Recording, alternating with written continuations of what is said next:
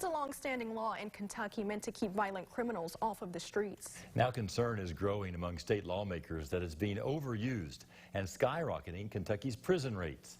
Bodie Brooks is at the state capitol to explain.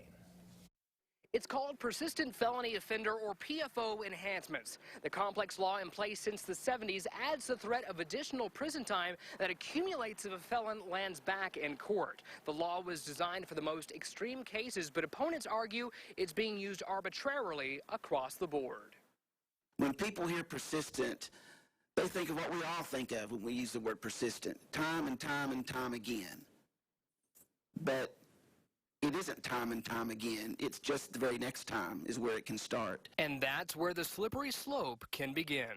Those hoping to reform the PFO law telling lawmakers that today its use is not consistent. I still believe that the PFO is being abused across the state because it is not meant for every type of crime.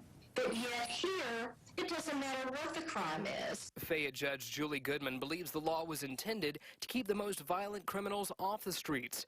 But more than two-thirds of the more than 80 cases she took Thursday had PFO enhancements attached, mostly drug offenses. If you are eligible for persistent felony offender enhancement, it is going to come into play as part of your plea offer or as part of your decision to go to trial.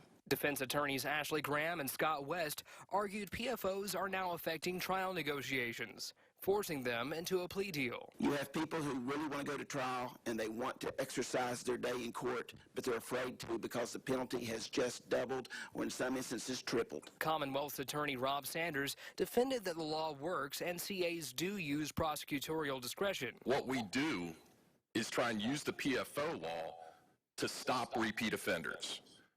We tried to sit people out long enough that they hit what I like to call criminal menopause. I've had other prosecutors, not in Mr. Sanders' office, say that they will PFO anything and everything if they don't feel like going to trial.